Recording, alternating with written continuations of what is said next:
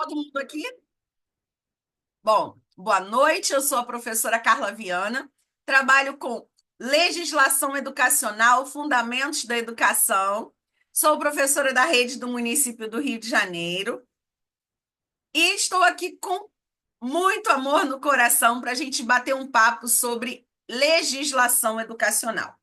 O primeiro ponto que eu gostaria que vocês entendessem sobre legislação educacional é que todas as leis, todas elas precisam estar embasadas na Constituição Federal. Todas as leis precisam estar embasadas na Constituição Federal.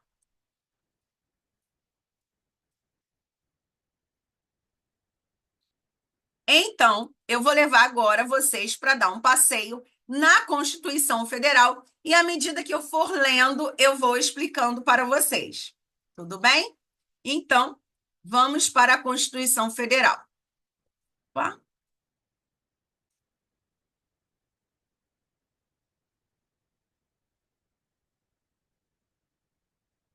Quando vocês forem, pessoal, baixar uma lei, quando vocês forem fazer a leitura de uma lei, o ideal é você colocar o nome da lei. Por exemplo, Estatuto da Criança e do Adolescente. Coloca lá, planalto.gov.br, porque aí você tem acesso, né, à legislação atualizada, sem correr o risco de erros. Então, todas as leis precisam estar embasadas na Constituição Federal. Nenhuma lei pode ir contra, de encontro à Constituição Federal. Todas as leis precisam ir ao encontro. Então, muita atenção. Quando a gente fala em educação, a gente tem a Constituição Federal, a gente tem o ECA, que, embora não seja uma lei específica para a educação, o ECA é uma lei que visa a proteção integral da criança em todos os aspectos, mas ela também fala sobre educação. Nós temos as diretrizes curriculares nacionais para a educação básica, nós temos o referencial curricular nacional para a educação infantil, nós temos a Base Nacional Comum Curricular, nós temos a Lei Brasileira de Inclusão, que, embora não seja uma lei específica para a educação, ela é uma lei abrangente em todos os assuntos sobre as pessoas com deficiência, mas também cabe à educação.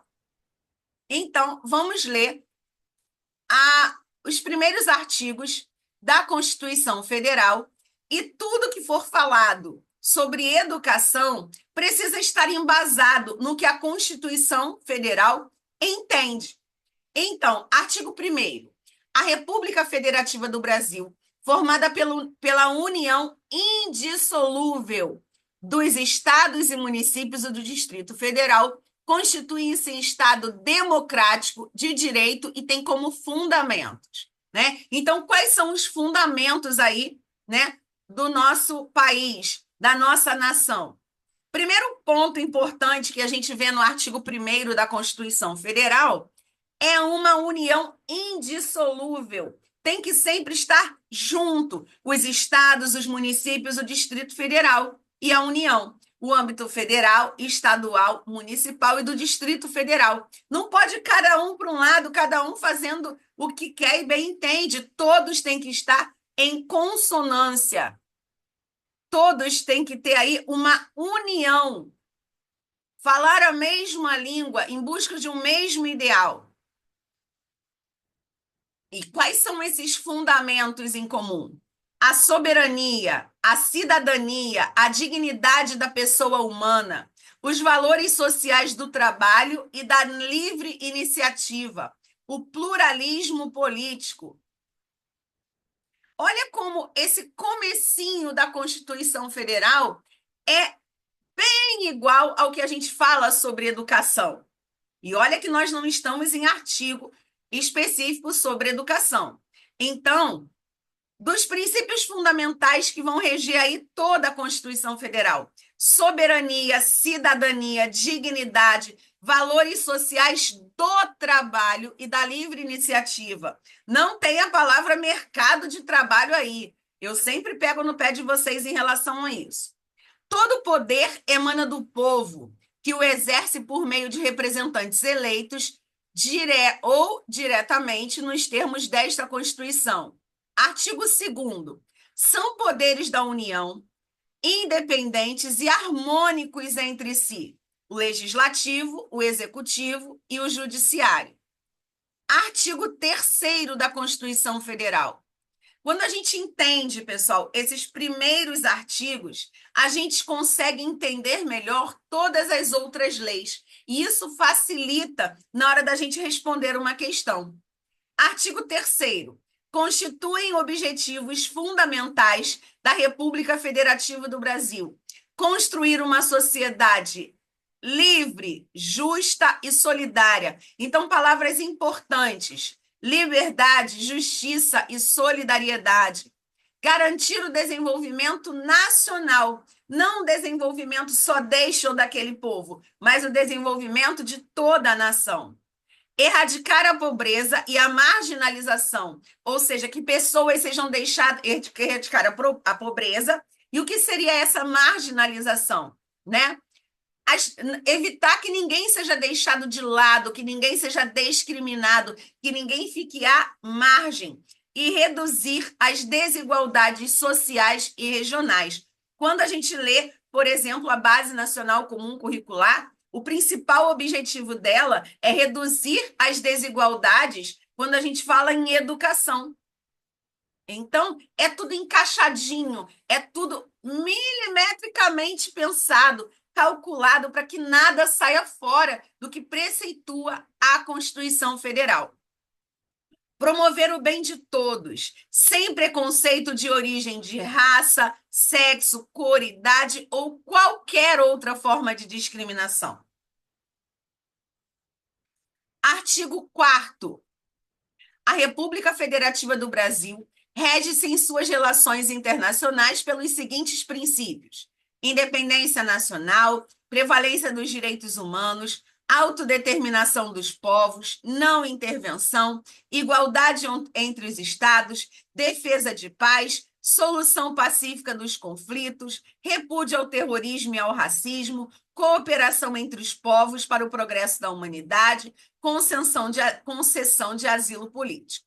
Então, galera, esse primeiro bloco aí de artigos até o 3º da Constituição Federal, a gente vê ele se repetir em todas as leis. Às vezes com uma diferençazinha, mas a essência é a mesma. Vamos ler o que o artigo 5 fala, né, na Constituição Federal. E ele não pode ser diferente em nenhuma outra lei. Então, pessoal, quando a gente entende isso, fica tudo tão mais fácil para responder questões, porque a gente para e pensa, não, mas isso não está de acordo com a Constituição Federal. Então, não está certo. Todos são iguais perante a lei, sem distinção de qualquer natureza, garantindo-se aos brasileiros e aos estrangeiros residentes no país a inviolabilidade do direito à vida, à liberdade, à igualdade, à segurança e à propriedade nos termos seguintes. Então, vamos lá. Homens e mulheres são iguais em direitos e obrigações nos termos desta Constituição. Ninguém será obrigado a fazer ou a deixar de fazer alguma coisa, senão em virtude de lei. Ninguém será submetido a tortura e nem a tratamento desumano ou degradante. É livre a manifestação do pensamento, sendo vedado o anonimato. Você tem o direito de pensar, se expressar, mas você tem, né, que deixar claro ali quem é você.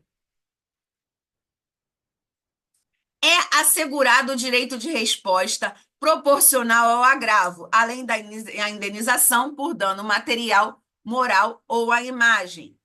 É inviolável a liberdade de consciência e de crença, sendo assegurado o livre exercício dos cultos religiosos e garantia na forma da lei a proteção aos locais de culto e suas liturgias.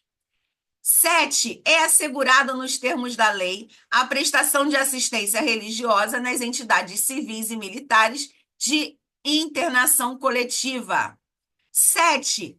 Ninguém será privado de direitos por motivo de crença religiosa ou de convicção filosófica ou de política, salvo se as invocar para eximir-se de obrigação legal, a todas impostas a recusar-se a cumprir prestação alternativa fixada em lei. 9. É livre a expressão de atividade intelectual, artística, científica e de comunicação, independente de censura ou licença.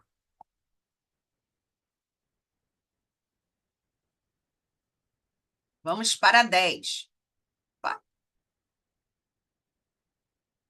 São invioláveis a intimidade, a vida privada, a honra e a imagem de pessoas, assegurando o direito à indenização pelo dano material ou moral decorrente, né, dessa violação. 11. A casa é asilo inviolável do indivíduo, ninguém nela podendo penetrar sem consentimento do morador.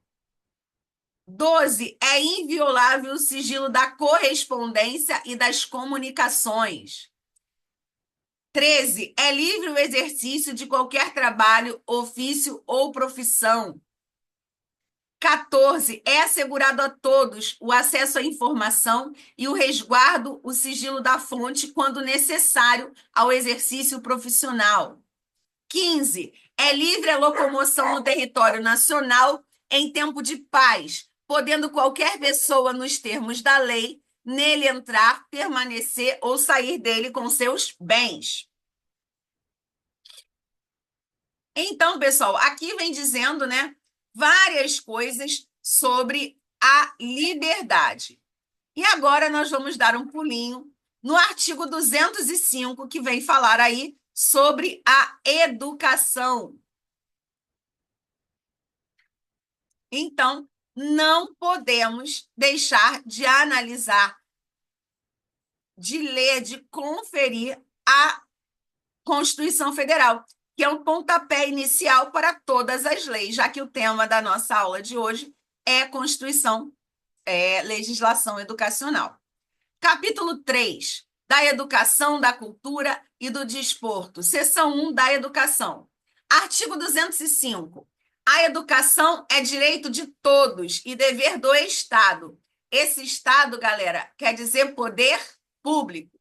Então, a educação, direito de todos e dever do poder público e da família. Ou seja, a educação, ela não é só um dever do poder público, né? A família tem essa participação, a família tem essa obrigação. Será promovido e incentivado com a colaboração da sociedade, visando o quê? O que visa a educação? Essa educação que é um processo que começa lá na família. Essa educação não começa só quando a criança entra na escola.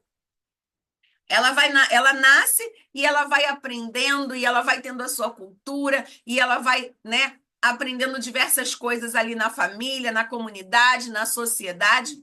E a educação é um dever do Estado e da família, será promovida e incentivada com a colaboração da sociedade, visando o quê?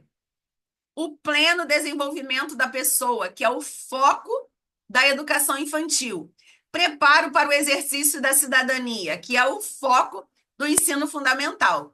E qualificação para o trabalho, que é o foco do ensino médio. Lembrando que aí não tem a palavra mercado, é qualificação para o trabalho.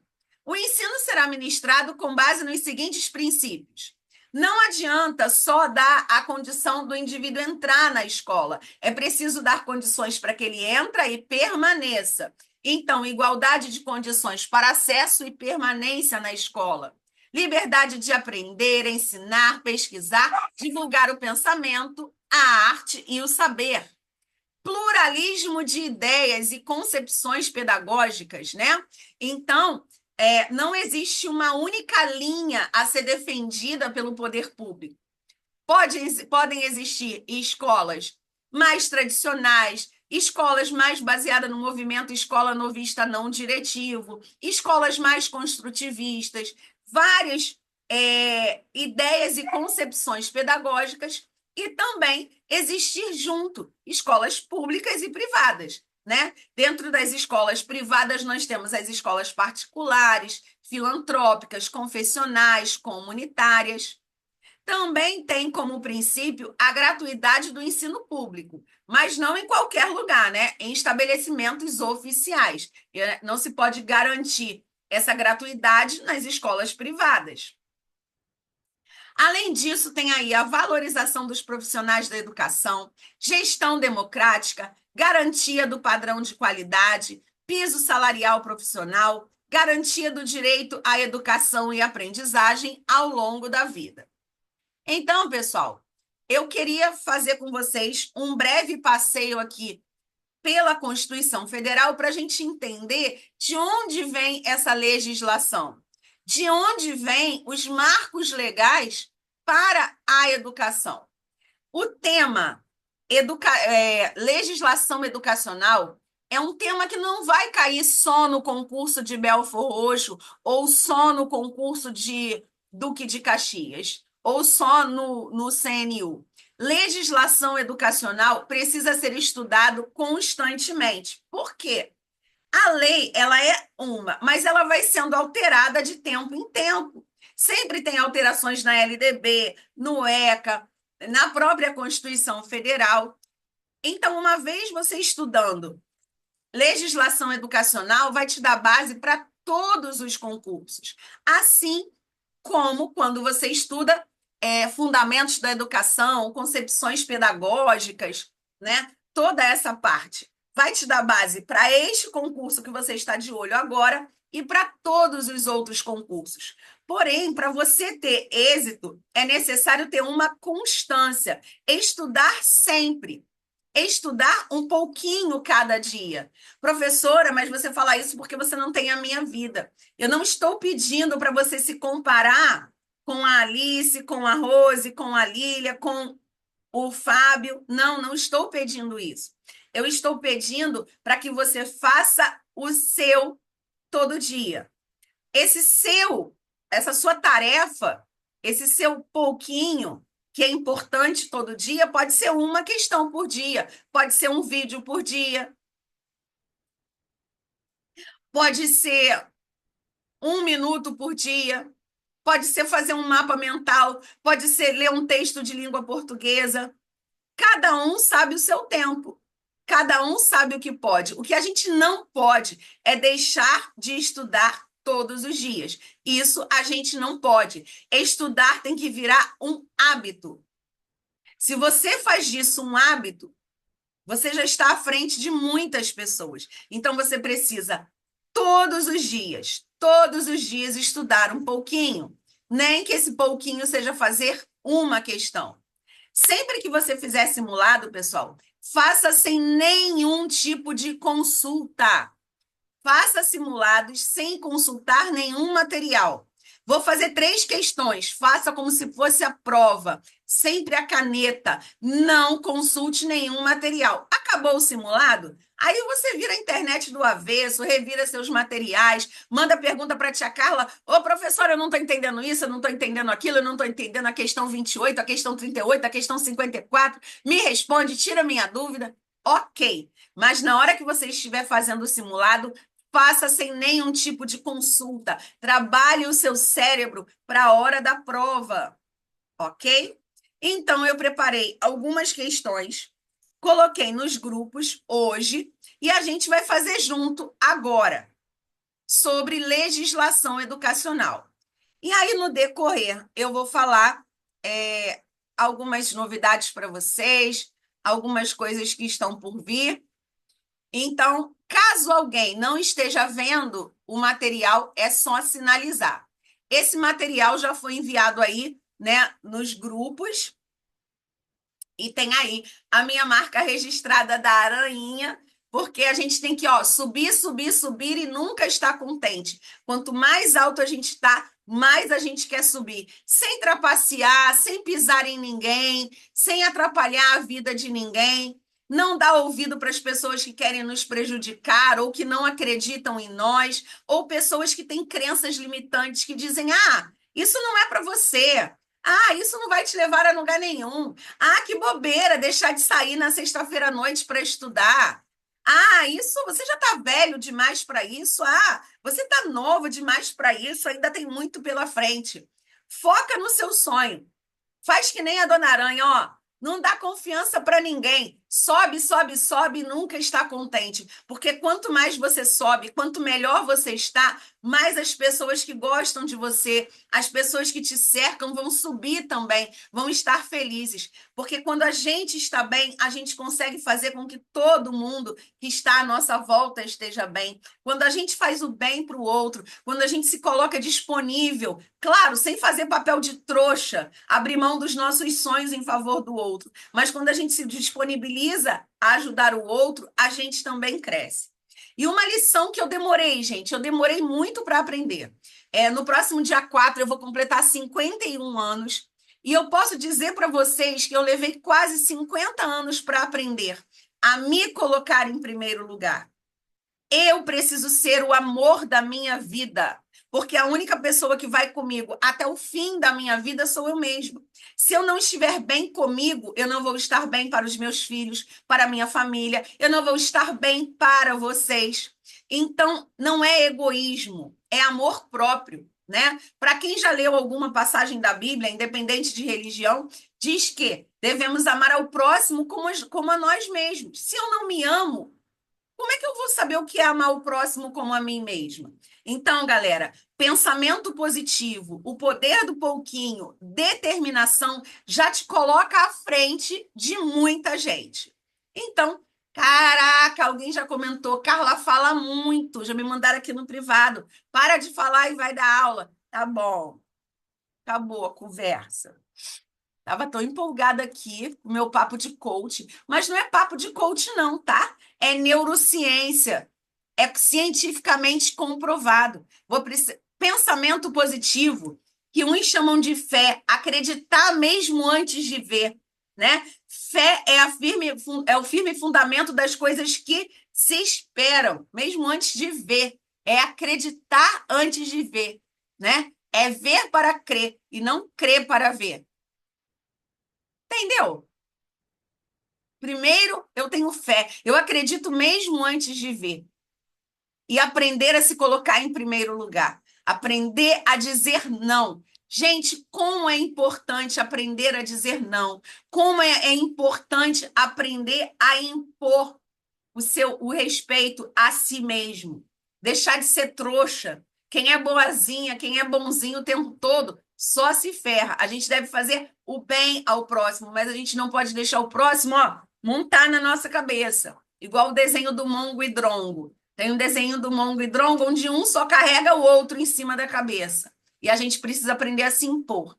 Amar não é fazer papel de trouxa. Isso, ó, é com filho, é com amizade, é com tudo, tá bom? Então tá bom, parei de falar. Rosilene já tá aqui brigando comigo. Tá bom, vou dar aula. Desculpa, tchau, nem fui.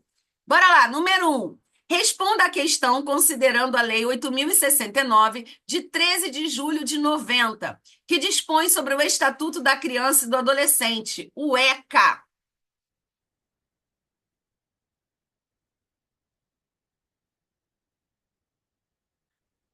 É, qual a alternativa não completa o enunciado abaixo? O que que os dirigentes dos estabelecimentos de ensino fundamental comunicarão ao Conselho Tutelar?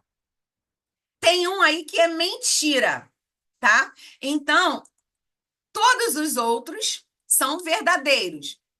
Lembrando que quando cair na questão que deve ser comunicado a qualquer conselho tutelar, essa palavra qualquer faz estar errado, tá? É ao conselho tutelar ou ao respectivo conselho tutelar da comarca, mas não é a qualquer conselho tutelar. Se eu moro em Belford Roxo, eu não vou comunicar o conselho tutelar de Caxias, Nova Iguaçu, São João de Meriti, né?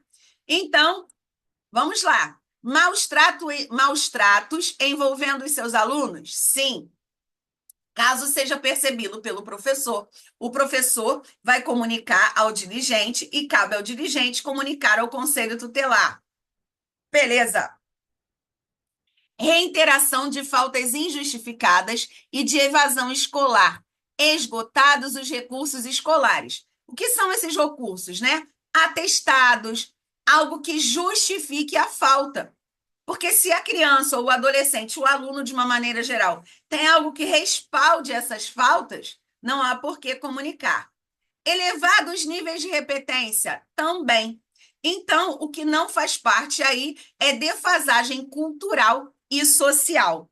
Alguém sabe me dizer o que seriam elevados níveis de repetência?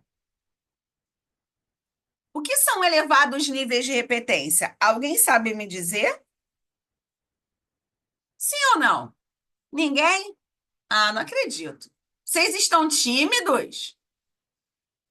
Então, estamos num pequeno grupo, só 15 pessoas, por que estão tímidos?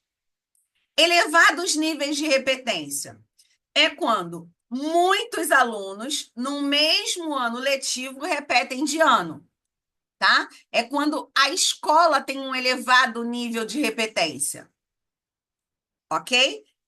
Elevado nível de repetência é quando uma escola, no mesmo ano letivo, tem muitos alunos repetindo de ano. Então, essa escola tem um elevado nível de repetência.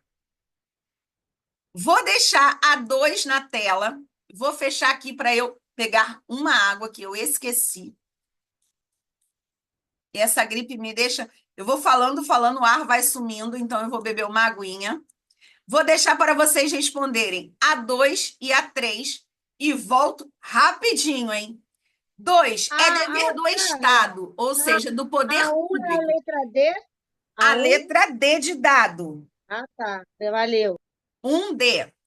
É dever do Estado, ou seja, do poder público, assegurar à criança e ao adolescente. Então, façam aí, coloquem a resposta no chat da 2 e da 3.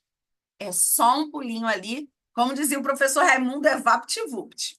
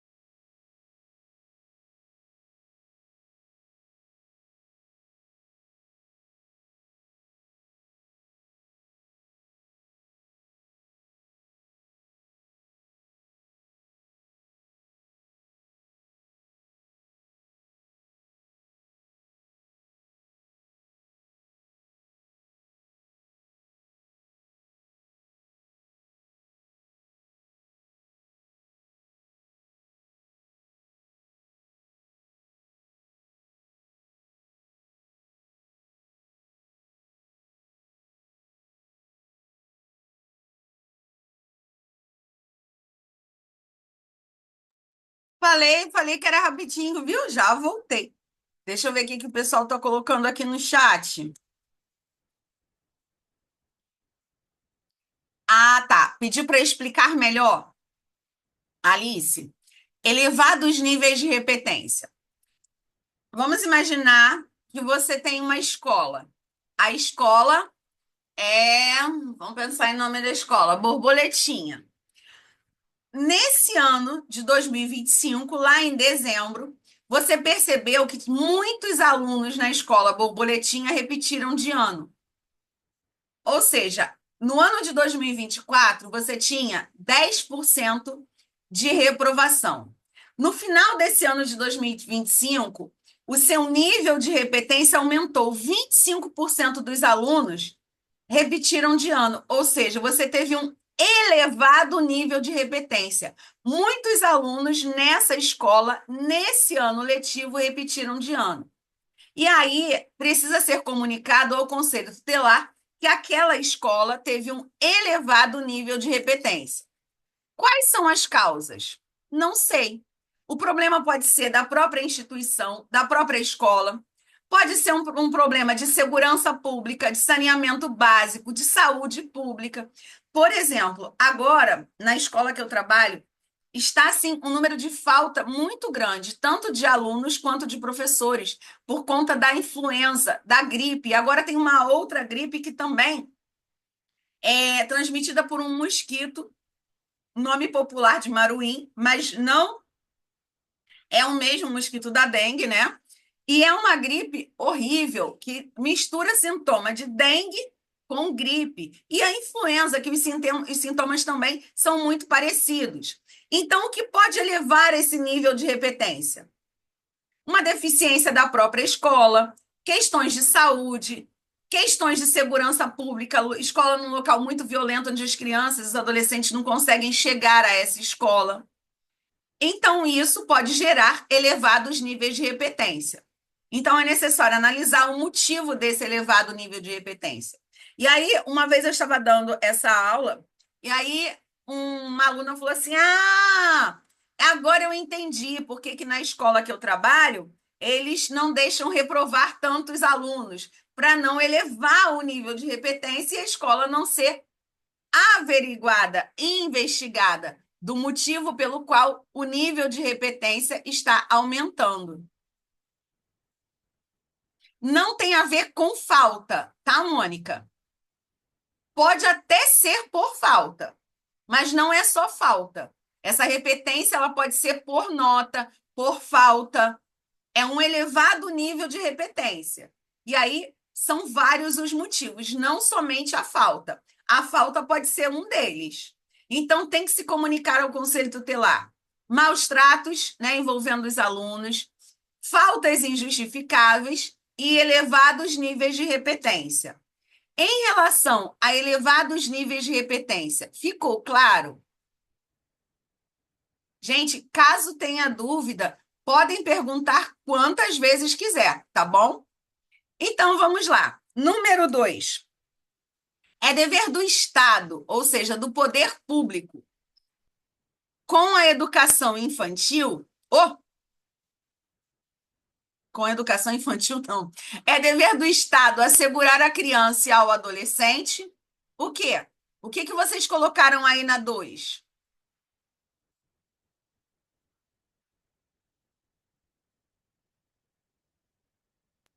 Letra C que eu botei.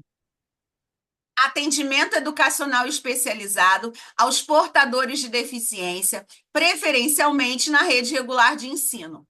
Isso mesmo, pessoal. Mas atenção a um detalhe: esse termo portador de deficiência consta sim no ECA, porém nós não usamos mais ele quando nos referimos a uma pessoa com deficiência. É aluno com deficiência, pessoa com deficiência, criança com deficiência, tá? E a questão dos elevados níveis de repetência não é só por falta, pode ser por nota também, tá? Não especifica a causa, mas sim elevados níveis de repetência. E aí eu não me lembro se quem falou está aqui. Falou, agora eu entendi por que lá na escola que eu trabalho fala que não pode reprovar mais de tantos, porque senão vai ser feito toda uma investigação, né, das causas desse alto índice do elevado índice de reprovação, tá? Não é só por falta. Então, agora vocês já sabem. Então, ficou 1D de dado, 2C de Carla. 3. A resolução número 4, de 2 de outubro de 2009, institui diretrizes operacionais para o atendimento educacional especializado na educação básica, modalidade educação especial. Dentre as diretrizes, está que estabelece que o atendimento educacional especializado estabelece o quê? O que vocês colocaram aí na 3?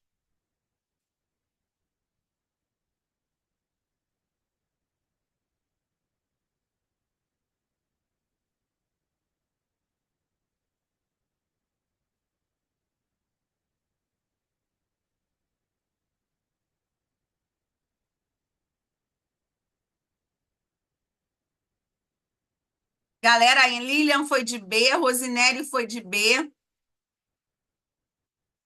Então, vamos lá. Acertaram. Devem serem ofertados em salas de recursos multifuncionais, ou seja, com várias funções, ou em centros de atendimento educacional especializado da rede pública ou instituições comunitárias, confessionais ou filantrópicas sem fins lucrativos. Então, 3B de bola. Acertaram. Vamos para 4. Vou ler a 4 para ficar mais fácil, tá bom? Então, ficou 1D, 2C, 3B de bolo de chocolate. Que vontade que eu estou de comer um bolo de chocolate, mas não comerei. Então, vamos lá. O inciso 7 do artigo 12 da LDB apresenta a seguinte redação. Artigo 12. Os estabelecimentos de ensino, respeitadas as normas comuns e as do seu sistema de ensino, terão a incumbência de... Então, está falando sobre a incumbência dos estabelecimentos de ensino. Informar aos pais e responsáveis sobre a frequência e o rendimento dos alunos, bem como sobre a execução da proposta pedagógica, né? Como os alunos estão em desenvolvimento, se eles estão frequentes ou não, como é o trabalho da escola. A redação do respectivo inciso foi alterado pela Lei 12.013 de 2009 e passou a vigorar da seguinte forma. Então, ele era assim, né? E houve uma modificação. Depois dessa modificação, como ele passou a ser? Ah, Lília, aí tem bolo de chocolate e isso faz inveja mesmo, faz. Vai vendo. Então, era assim. E agora, como é? Houve uma modificação, né? Foi alterado aí em 2009. E após essa alteração, como é que é hoje?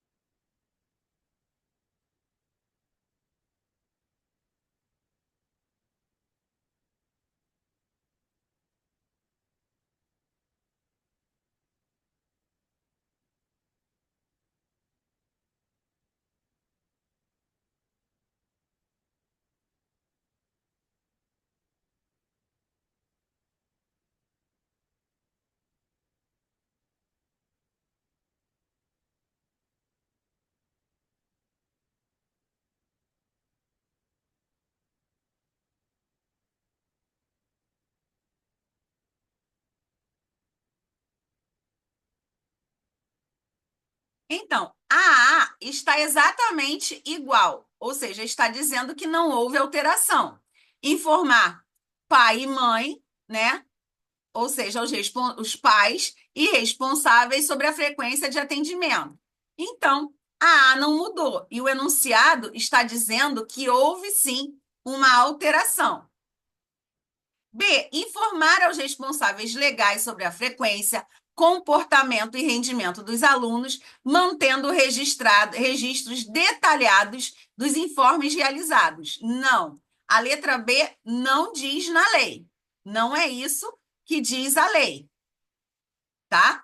A lei diz o seguinte: informar aos pais e responsáveis sobre a frequência e o rendimento dos alunos, bem como sobre a execução da proposta pedagógica.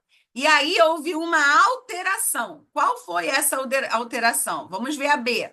Não foi a A, não foi a B. Vamos ver a C. Informar pai e mãe, responsáveis legais e conselho tutelar sobre a frequência e rendimento dos alunos e articular-se com a família e a comunidade. Não, a gente vai informar quando existe falta e não a frequência. A gente não informa ao conselho tutelar sobre o rendimento dos alunos. Então, a C está errada. A alteração ficou exatamente como a letra B, a letra D de dado, D de docinho. Informar pai e mãe. A alteração é que lá em cima não tinha essa parte. Conviventes ou não. e, se for o caso, os responsáveis legais. Então, vamos imaginar que eu tenho um filho ou uma filha e ela não mora comigo, ou ele não mora comigo, tá? E aí eu quero ir na escola saber, independente dele morar comigo ou não, eu quero saber se ele está indo à escola, como está a frequência, se como é que ele está indo nas notas, no desenvolvimento, se está se desenvolvendo ou não. E como é o funcionamento da escola, como é a proposta pedagógica? Então, a grande alteração é conviventes ou não. Então, informar pai e mãe, conviventes ou não com seus filhos, e, se for o caso, os responsáveis legais sobre frequência, rendimento dos alunos, bem como a execução da proposta pedagógica da escola. O que é diferente de eu vim aqui, eu não moro com o meu filho, mas eu vim aqui na escola visitar ele. Aí é outra coisa, escola não é lugar de visitação. Tem um tempão que eu não vejo, eu posso ir lá na sala dar um beijo, dar um abraço? Não é isso que a lei está dizendo. Escola não é lugar de visitação. Isso é para ser resolvido com o juiz, em dia, horário, entre a família. Isso não é com a escola. O que a letra D está dizendo é informar pai e mãe, né? E, se for o caso, responsáveis, conviventes ou não com seus filhos, sobre o quê? O rendimento dos alunos, a frequência e a execução da proposta pedagógica, como essa escola funciona, tá bom? Então ficou 1D de dado, 2C de Carla, 3B de bolo de chocolate, 4D de dado e 5.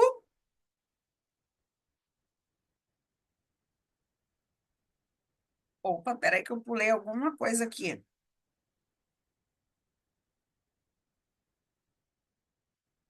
É 4, não tem a questão 5. Ó, senhor. Então vamos. Tem, tá aqui. Então Você vamos ainda vai para fazer. 5. Oi? Diga, Rosinelli. Ainda vai responder assim. Isso, Ainda obrigada. vai responder assim. Obrigada.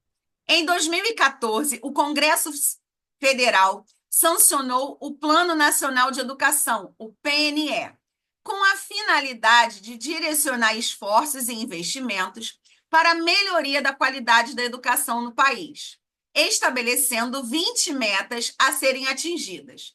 A vigência do PNE está apresentada na seguinte alternativa. Em 2014, qual era a vigência do PNE?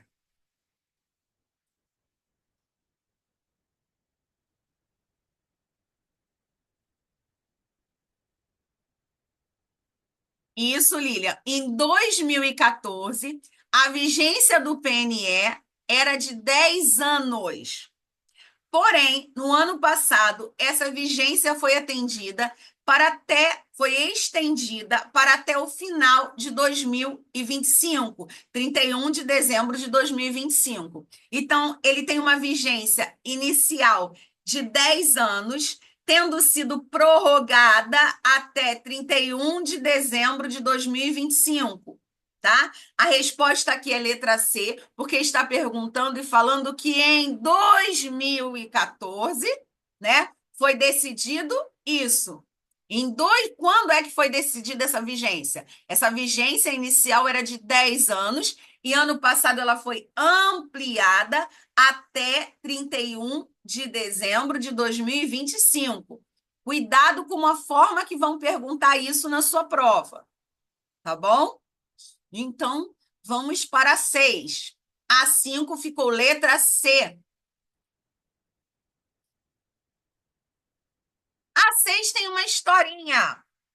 Em determinada escola municipal, a professora do terceiro ano do ensino fundamental, as professoras do terceiro ano do ensino fundamental se reuniram para realizar a primeira avaliação bimestral dos alunos. Observando o portfólio de certo aluno, verificaram que na área de ciências, seu rendimento nas provas não alcançou plenamente os objetivos relacionados às características dos seres vivos, né? Quando foi aí sobre esse assunto, um aluno não se deu muito bem sobre isso. Contudo, a professora da turma lembrou que o aluno auxiliava o pai da produção de hortaliças na região. E, por ocasião do início da unidade sobre vegetais, ele explicou minuciosamente aos colegas tudo sobre vegetais, todos os cuidados necessários para manter uma horta saudável. Diante dessa lembrança, as professoras resolveram considerar essa experiência como, né, um aspecto avaliativo relevante no currículo do aluno. Ele pode não saber tão bem sobre os seres vivos de uma maneira geral, mas sobre, né, a questão dos vegetais, de hortaliças, ele sabe explicar muito bem. E aí, de acordo com a LDB, em seu artigo 3º, as professoras utilizaram o seguinte princípio na avaliação desse aluno. Essa foi uma questão que caiu na prova do município do Rio. Dentro da LDB, considerar essa experiência dele de vivência ali com o pai, do que ele tinha de conhecimento prévio. Dentro da LDB, qual é o princípio aí observado?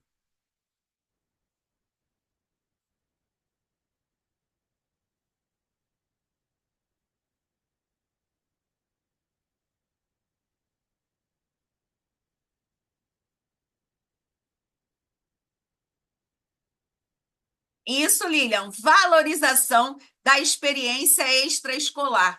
A LDB entende, galera, que a educação, tá?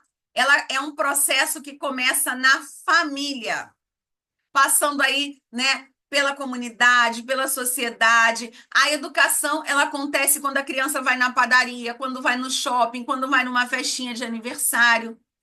A LDB, ela vai mandar, ela vai disciplinar os espaços formais de educação, né? Ela não vai mandar em todos os lugares, porém ela considera a experiência extraescolar, ela considera o que o aluno traz de fora para dentro da escola, por entender que a educação é um processo que não começa na escola. Embora essa lei discipline dentro das escolas, discipline os espaços formais de educação, ela considera, ela valoriza o conhecimento prévio dos alunos, as experiências extraescolares. Então, Lilian está arrasando, hein, Lilian? Gente, eu quero ouvir vocês falando. Estou aqui, sextou, na chuva, falando com vocês e vocês não querem falar comigo. Vou embora. Não vou corrigir mais, vou deixar vocês sem resposta. Eu, hein? Vamos lá. A frequência dos alunos constitui fator importante para o sucesso do processo ensino-aprendizagem. Sendo assim, a legislação busca instrumentos para assegurar esse direito a todas as crianças, não são só a algumas crianças.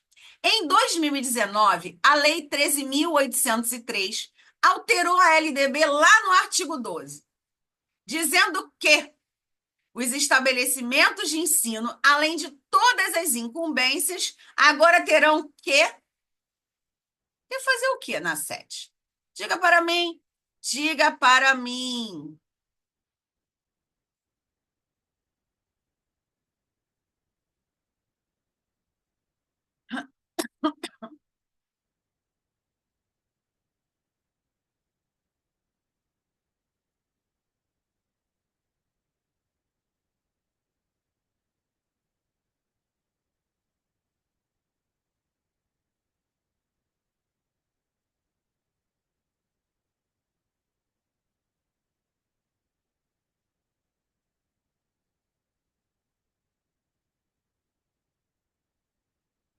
Digam para mim a resposta da 7.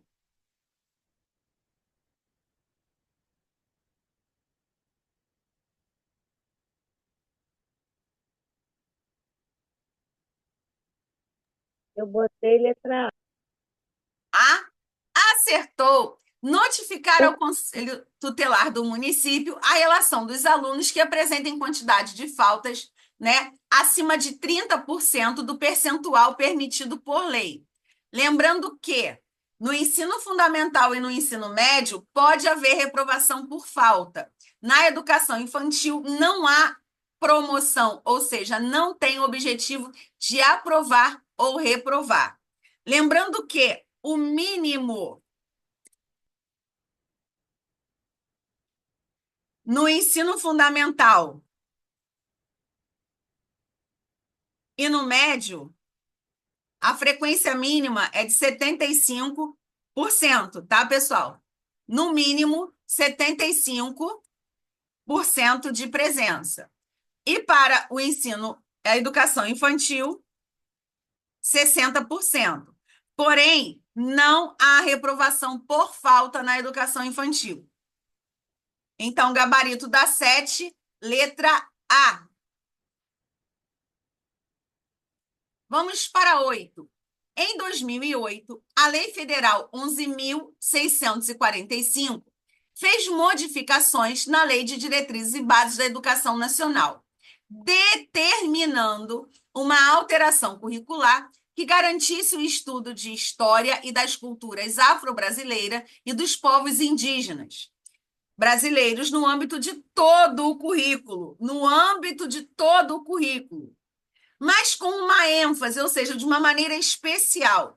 Atenção, galera, é no âmbito de todo o currículo, português, matemática, ciências, história, geografia, educação física, artes, de todo o currículo, mas com ênfase, ou seja, né, com um pouco mais de atenção, de uma maneira especial, onde? É em todo o currículo, mas com ênfase onde?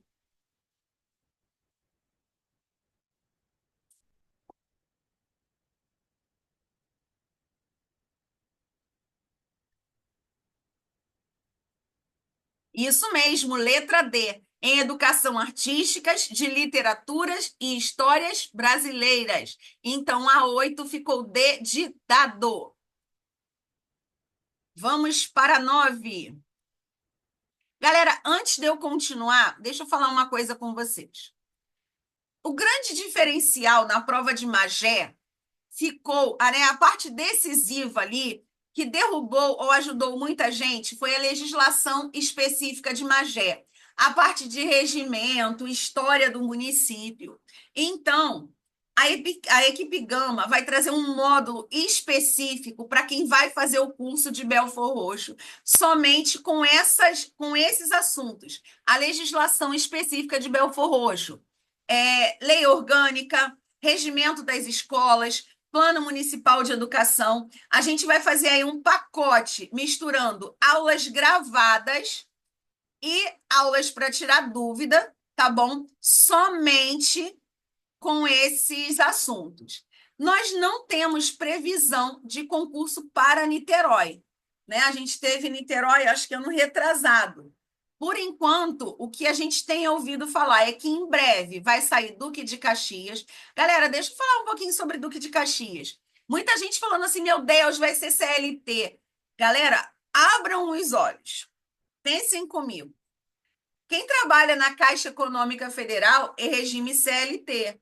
Quem trabalha na Conlurb é regime CLT.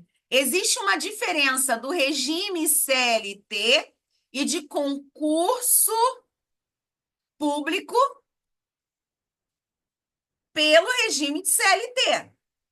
Não é a mesma coisa de você entrar e trabalhar numa escola privada. É diferente, tem um concurso, toda uma legislação específica sobre isso. Então, cuidado, pesquisem a fundo. Tanta gente fazendo prova aí para entrar na Caixa Econômica e é regime CLT, mas tem um concurso, é diferente de você entregar um currículo e ser contratado. A Conlurb tem prova. Quanta gente aí é louco para entrar na Conlurb? A Conlurb tem vários benefícios, né? Quando a Conlurb faz greve, todo mundo vai lá correndo para sanar as dificuldades, para, como é que eu vou dizer, né? Para acatar as demandas deles. Então, vamos ter cuidado. Não vamos banalizar o termo CLT, vamos entender dentro do contexto concurso público o que isso quer dizer, tá bom? Então, tem aí, né, Araruama, Saquarema, Duque de Caxias, CNU, vários concursos. E muita gente deixa para estudar só quando sai o edital. Galera, eu falei lá no começo, é estudar sempre, é estudar todo dia. Se você não pode pagar um concurso, um curso agora, vai estudando todo dia com o que você tem. Faça o melhor com o que você tem, enquanto não tem condições de fazer melhor ainda. Mas se você tem condições de pagar um bom curso, né, de estudar com pessoas que vão te orientar nessa caminhada, porque a gente precisa ter um norte, precisa saber estudar, precisa aprender a aprender, tá? Então, nós vamos vir com muitas novidades aí, beleza? Então, vamos para 9. Segundo o título 1 da LDB, a educação abrange os processos formativos que se desenvolvem em vários âmbitos da vida do educando e deve vincular-se a quê?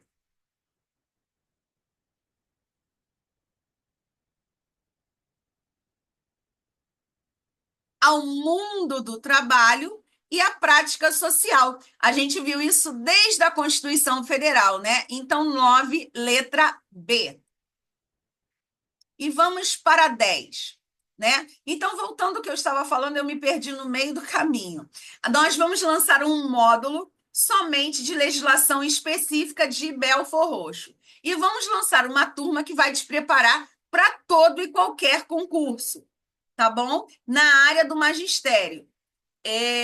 A gente ainda não tem data, mas em breve a gente vai disparar nos grupos, para que vocês possam estudar sempre, estudar com direcionamento, com qualidade, com foco nos seus sonhos, nos seus objetivos.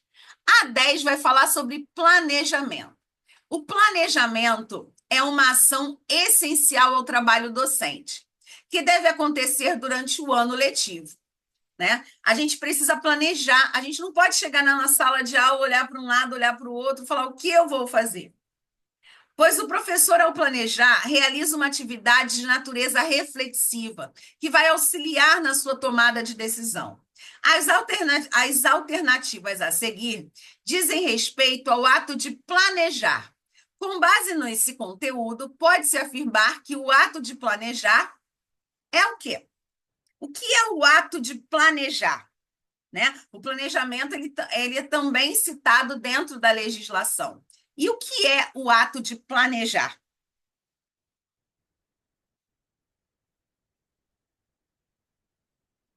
Quando eu planejo algo, eu tenho uma Ricardo, eu me perdi aqui. A 9 é a letra B, mundo do trabalho. ideia de bola. Isso. Valeu. Então, o que é o planejamento? O planejamento é algo que eu faço com a intenção, né? Tudo que a gente faz tem uma intenção. A Lilian está falando aí Búzios, Araruama, né? Várias coisas para sair e vamos acreditar que vai dar certo. Então, o planejamento é uma atividade que tem uma intenção, que faz uso de estratégias de antecipação, previsão e avaliação. Então, 10, letra A.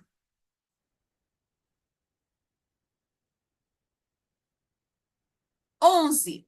De acordo com o artigo 206 da Constituição Federal de 88, o ensino será ministrado com base em alguns princípios, exceto. Opa, eu estou buscando uma mentira. Qual aí é uma mentira? A unidade de ideias, porque a lei diz, e a gente viu também na Constituição Federal, na LDB, né? Pluralidade de ideias e não unidade de ideias. Então, 11, D de dado. Pluralidade de ideias e concepções pedagógicas, e não unidade de ideias. Então, belezinha. 11, letra D. A mentira é a letra D. A 12 eu não vou ler. A 12 vocês vão fazer sozinhos.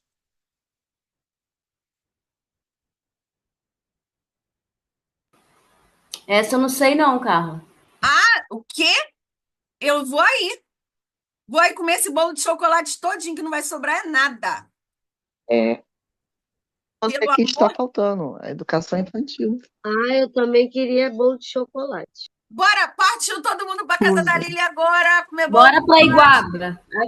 Só vim pra Iguaba que vai ter bolo. Tá no Aonde? final. Nem Iguaba. Iguaba. Ah, Jesus. Lascou-se. Está longe.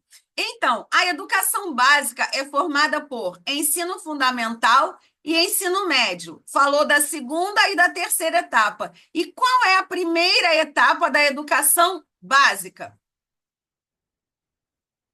Gente, fala para mim. A Rosinelli falou, né? Educação infantil. Então, a educação básica é formada de letra B, educação infantil, ensino fundamental e ensino médio. É B, isso aí, educação infantil.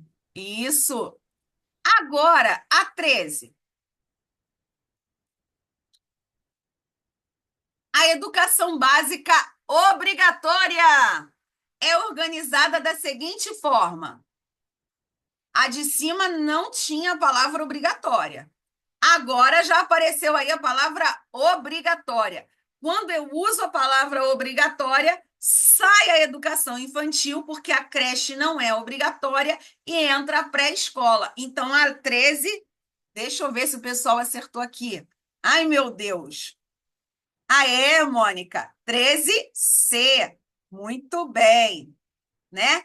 Pré-escola, ensino fundamental e ensino médio. Quando eu digo educação básica obrigatória, eu digo pré-escola, ensino fundamental e ensino médio. Beleza. Vamos para a penúltima. São 15 questões somente. 14.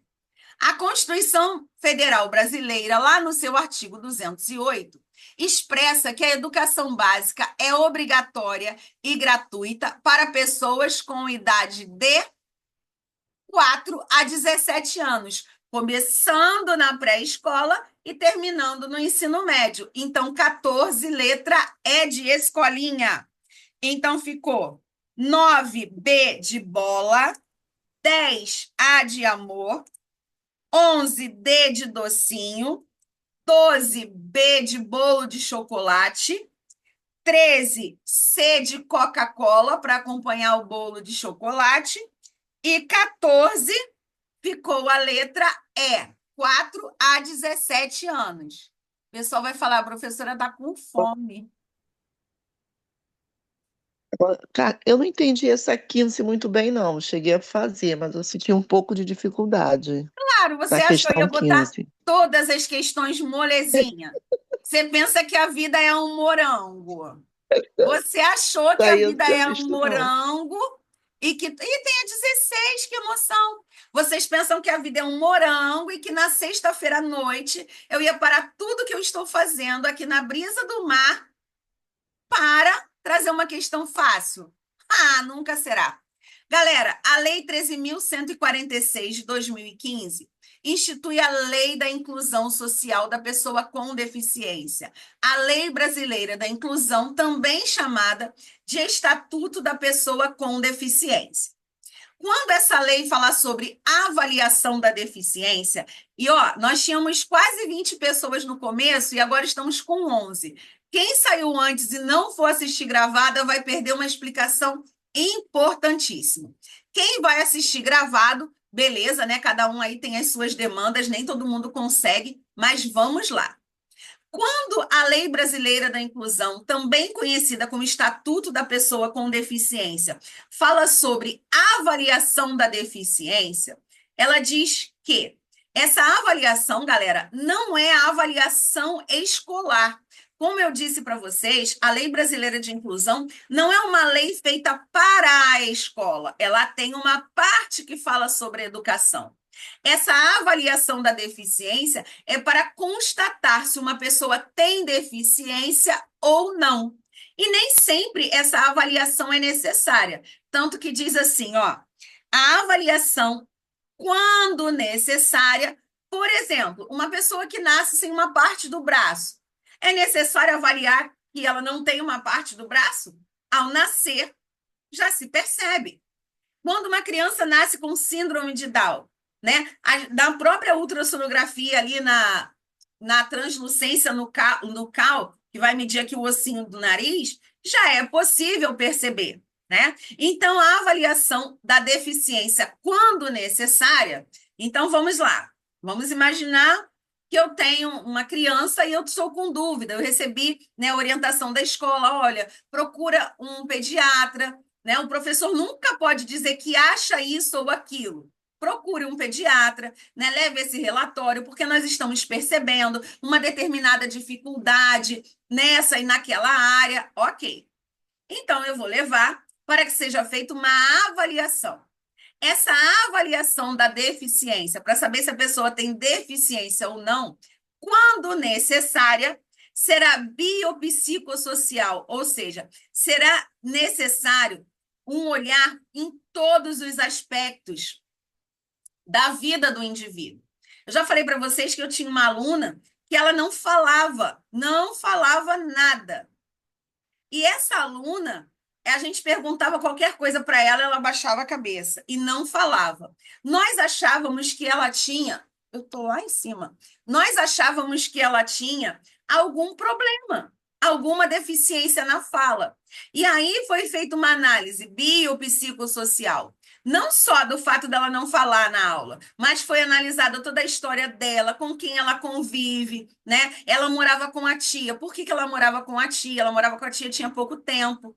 E aí descobriu-se que essa menina não tinha problema nenhum na fala. Ela tinha um problema, né, emocional, um problema além do físico, um problema emocional, um problema psicológico, porque ela vivia com a mãe e o padrasto, e essa menina, toda vez que era perguntado algo para ela, e que ela dava uma resposta errada, ou que por algum motivo eles não gostavam do que ela falava, ela apanhava. Então, tipo, foi dormir tarde por quê? Tava sem sono. Pá, apanha. Quanto é 1 mais 1? Falou 3, apanha. Entende? Então, ela pensou, é melhor eu não falar. Porque se eu falar e falar alguma coisa na escola que a professora não goste ou que os alunos não concordem, vão rir de mim ou vão me bater. Então, a gente descobriu que essa aluna, ela precisava de um tratamento psicológico, mas que ela não tinha nenhuma deficiência. Por exemplo, se a gente pega uma criança que não tem nenhum estímulo, uma criança que o pai, a mãe ou o responsável não brinca com ela, que ela fica o tempo todo ali quietinha no berço. E existem casos assim. A mãe tem que escolher entre brincar com a criança ou trabalhar para alimentar essa criança e não deixar essa criança morrer de fome. Então, essa criança que não é estimulada, que ninguém brinca com ela, que ninguém bota no chão para rolar, que não bota o brinquedo longe para que ela se esforce para pegar, né? Que não brinque com a criança, que não coloque diferentes sons para ela ouvir, pode ser que essa criança, com certeza, vai demorar a falar, essa criança vai demorar a engatinhar, levantar, sentar, porque ela não tem estímulos. Então, pode ser que, por exemplo, a criança tem 2 anos e nem senta direito. Ah, algum problema tem aí. Às vezes não é nenhuma deficiência, né? É a falta de estímulos, é a falta de afeto. Muitas das vezes não é por descuido, é falta de opção. Ou o responsável trabalha para comer, né, e de alguma forma negligencia o desenvolvimento dessa criança. E outras é porque não está nem aí. Existem os 2 faces da moeda. Então, a resposta é letra B. A avaliação da deficiência, quando necessária, será biopsicossocial, né? Biológica, psicológica e social. Realizada não por um único profissional, não só pela fono, não só pelo pediatra, não só pelo neuro, mas por uma equipe multiprofissional. Quando a gente quer laudar um indivíduo, né, tem que ter vários profissionais aí para que juntos possam fornecer esse laudo. E interdisciplinar. Então, gabarito da 15 é letra B de bola, tá? Lembrando que essa avaliação é da deficiência e não avaliação da aprendizagem. 16. Observe a imagem abaixo e assinale o tipo de barreira que mais se adequa à figura. Quando a gente estuda a Lei Brasileira de Inclusão, a parte que menos cai em concurso é a parte relacionada à educação. Normalmente, caem aí os 7 primeiros artigos desta lei. Cai sobre educação? pouco, mas cai. E as bancas amam perguntar sobre barreira. Então, vamos analisar. A pessoa está no meio da rua ou está dentro de um prédio?